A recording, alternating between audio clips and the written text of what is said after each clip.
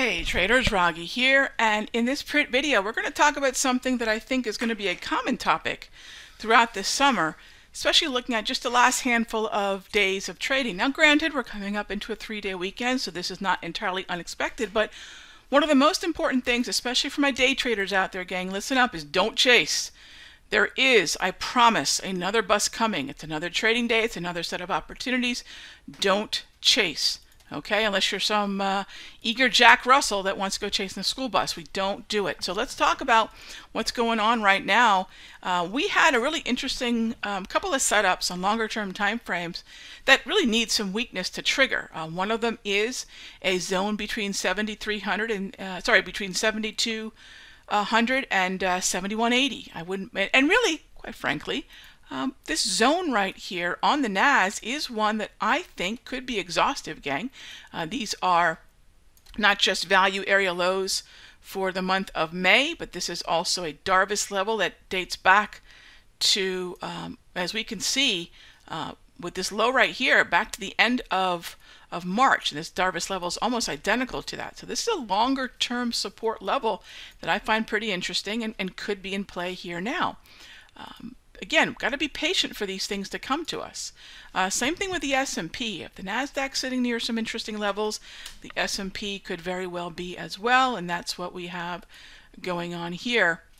As we sink down, as you can tell, value area low, previous Darvis level. This is also the 200 EMA. There's an interesting level here. We're at the top of it. No doubt about that. This is the top of the level, but the closer we get down to here, the better this is going to look for a potential oversold buy. Now, you might say, well, Ron, are you crazy? This is a downtrend. Gang, it's not. Not yet. Not for me. This is not a downtrend for me yet. Okay, so you might say, well, are we getting close to where the support may no longer be there? We could be. Okay, don't chase. There's always another bus coming. Let's talk about gold for a minute. A lot of folks said, Rog, is this a downtrend in gold? And I said, no, a downtrend takes a little bit more organization before I can call it a downtrend. And this is a long position in gold that now that we built twice, looking for small, not sustained, but small bounces to the upside that will possibly take us to 1,300, in which case we go ahead and reduce our position size and look for the market, quite frankly, to probably head back down. It's chop. It's not a downtrend. So I want you to see what kind of market we could develop on the S&P and NASDAQ. We're seeing it on gold. Another market that we're curious if we might see it on is crude. You know, yes, we blasted through a level that I thought today we might start thinking about buying some call options on, or even getting long the CL or QM mini futures in crude. And instead we blasted through this level. This is the first level we were looking at. We blasted down to the second level. Okay, and so this area here could be where tomorrow, if we see a little bit more weakness, we might start shopping some calls.